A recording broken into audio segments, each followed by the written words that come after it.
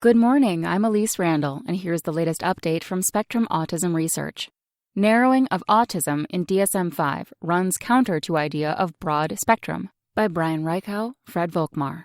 Nearly 5 years has passed since the DSM-5, the newest version of the Diagnostic and Statistical Manual of Mental Disorders, laid out new diagnostic criteria for autism. The changes were intended to ground the definition of autism in clinical research and make the criteria more accurate. But in our view, the impact of the DSM-5 on the diagnosis of people with autism has been mixed.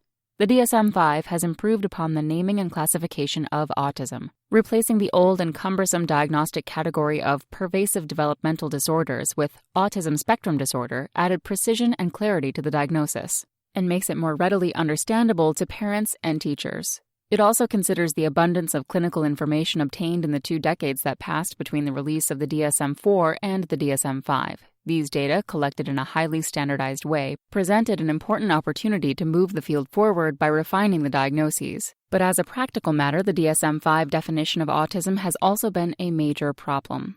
In refining the diagnostic criteria for autism, the DSM-5 narrows what constitutes the condition to the point of leaving out individuals at the edges of the spectrum. This rigid definition of autism is antithetical to the groundswell of research supporting the idea that autism comes in a wide variety of forms. Fewer criteria. When Leo Kanner first described autism in 1943, he identified 2 features essential to the condition: a marked lack of social interest and a resistance to change, including the repetitive behaviors that Kanner believed were an attempt to maintain sameness. Subsequently, clinicians worked to improve the diagnostic guidelines for the condition and develop early screening and diagnostic instruments. These often focused on identifying classic cases in school-aged children with mild to borderline intellectual impairments. The American Psychiatric Association officially recognized autism when it released the DSM-3 in 1980. Several revisions to the diagnostic criteria led to the DSM-4, published in 1994. The criteria remained relatively stable for nearly 20 years, facilitating a large body of relevant research and contributing immensely to reshaping the diagnosis of autism for the DSM-5.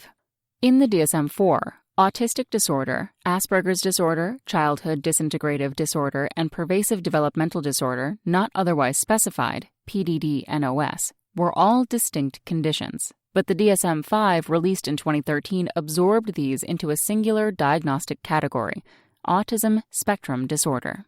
The updated manual also lists hyper or hyposensitivity to sensory inputs, such as smells, texture, or sounds, as possible autism features. And it includes a new related diagnosis called social communication disorder, characterized by social deficits and communication problems.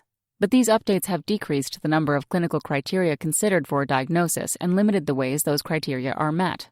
For example, in the DSM-4, more than 2,000 combinations of features could lead to a diagnosis of autism, but with the DSM-5, only 12 can. The sensory sensitivity criteria have not worked well either. An international multi-center study of the DSM-4 criteria showed that including these criteria leads to missed diagnoses. And to receive a diagnosis of social communication disorder, a person must meet all 4 of its listed criteria, despite a lack of evidence supporting this diagnosis. Not all previously diagnosed cases of Asperger's syndrome or PDD-NOS will meet all of the criteria for social communication disorder in the DSM-5. Lost diagnoses.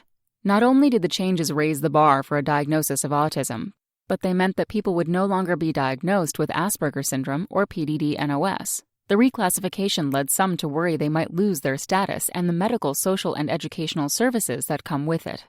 To allay those fears, the DSM-5 specified that people with a previously well-established diagnosis of Asperger's syndrome or PDD-NOS qualify for an autism diagnosis. Still, many individuals will no longer qualify for an autism diagnosis. In a systematic review of studies evaluating the DSM-5 criteria, we found that the criteria would not detect individuals with intelligence quotients greater than 70. And some of those who would previously have received a diagnosis of PDD-NOS or Asperger's syndrome. This new and narrower view of autism runs counter to the growing body of work supporting the idea that autism is associated with a broad range of difficulties.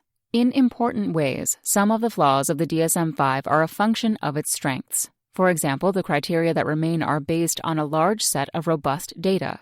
But by including only the most robust criteria, the DSM-5 may miss those at the outer ranges of the condition. Younger children and individuals with higher cognitive functioning are particularly likely to be left out. At a minimum, we would expect to see a revised edition address the issue of inclusion for both groups. We hope for a solution that more truly fulfills the promise of the term autism spectrum disorder.